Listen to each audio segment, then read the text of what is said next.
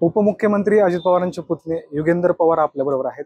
बारामती पालिकेसाठी आज मतदान पार पडते.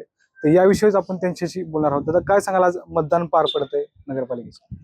तर 9 वर्षानंतर आपली बारामती नगरपालिकेची आता निवडणूक आलेली आहे आणि बारामतीकरांनी ह्या वेळेस ठरवलंय की जे उमेदवार त्यांच्यासाठी काम करतील, जे त्यांच्यामध्ये राहतात आणि तरुण चेहऱ्यांना संधी द्यायची आहे. बारामती नगरपालिकेत परिवर्तन सगळ्या बारामतीकरांना घडवायचंय आणि पवार साहेबांच्या जास्तीत जास्त उमेदवारांना त्यांना तिथं निवडून द्यायचंय. महाविकास आघाडीच्या सगळ्या उमेदवारांना, वंचित आणि काही अपक्ष उमेदवार ज्यांना आपण पाठिंबा दिलाय, अशा सगळ्या उमेदवारांना जास्तीत जास्त मतांनी बारामतीकर निवडून देतील.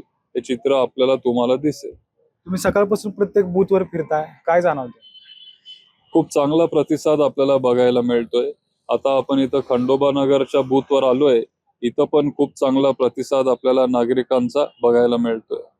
तुम्ही फिरताय आणि अजित पवार देखील बारामतीत दाखल झाले, तेही प्रभागाला भेटी देत आहेत, काय वाटतं? काय सगळे आपल्या आपल्या पक्षासाठी ते करणार. आणि फक्त आपले पक्ष नाहीये, तिथं भाजपने पण उमेदवार उभे केलेत. BSPचे आहेत, शिवसेना, काँग्रेस, सगळ्या पक्षाच्या लोकांनी उमेदवार उभे केलेत. ते त्यांच्या पद्धतीने त्यांचा पक्ष वाढवण्यासाठी काम करतील. विजयाची किती खात्री वाटते? तुम्ही पहिल्यांदा म्हणजे निवडणुकीत उतरलाय, फिरताय रस्त्यावर, काय समस्या जाणवतात? 100% आपला विजय होणार आहे. कारण लोकांनी ह्या वेळेला ठरवलंय की त्यांना नवीन लोकांना संधी द्यायची आहे. काय अनेक वॉर्डमध्ये त्याच लोकांना अनेक वर्ष संधी मिळत गेली, त्याच शहरांना तिथं संधी मिळत गेली आहे. त्यांनी लोकांची कामं केली नाहीत, ते लोकांमध्ये परत गेले नाहीत, त्यांनी बारामतीचं हित बघितलं नाही, फक्त स्वतःचं हित ते बघत आलेत. आणि आता जनतेला वाटतं की आपण कोणतरी आपल्या व्यक्तीला तिथं निवडून दिलं पाहिजे. असेच उमेदवार आम्ही तिथं दिलेले आहेत आणि असेच उमेदवार तिथं आपल्या नगरपालिकेत निवडून जातील. विरोधी पक्षाकडून कुठे दबाव टाकला जाते असं वाटतं का? तुम्ही फिरताय सकाळवरून, काय जाणवतं? नाही, सध्या तर दबाव असं टाकला जातोय किंवा लोकसभेला जेवढा दबाव होता तेवढा दबाव आता तरी लोकसभा असेल, विधानसभा असेल, आता तरी दिसत नाही. पण आता काल आमच्या एका उमेदवाराच्या रिक्षावर दगडफेक झाली किंवा दमदाटी किंवा नोकरीवरून काढून टाकतो, थोडाफार दबाव आहे.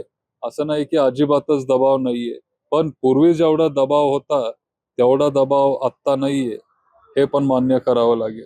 मतदार यादीमध्ये घोळ झाल्याचं पाहायला मिळते. सकाळी एक मतदार आला होता, मात्र त्याचं मतदान कुणीतरी अगोदरच करून गेल्याचा प्रकार घडलाय, कसं पाहताय याकडे? तो व्हिडिओ मी बघितला, तो आजच व्हिडिओ तुमच्याच एका पत्रकार मित्रांनी मला दाखवलेला. हे खूप चुकीचं आहे आणि हे आत्ता नाही, म्हणजे ह्या इलेक्शन मध्ये नाही, आम्ही म्हणजे विधानसभेपासून आपण म्हणतोय की असं वोट चोरी होत आलीये. राहुल गांधी साहेबांनी हा मुद्दा तिथं धरून ठेवलेला आहे. फक्त इथंच का, अख्ख्या देशात हे सगळं होत आलंय. आणि आज हा प्रकार आपल्याला बारामतीत पण बघायला मिळाला. लवकरच तो व्हिडिओ तुम्हीच सगळे तिथं जनतेच्या समोर ठेवाल.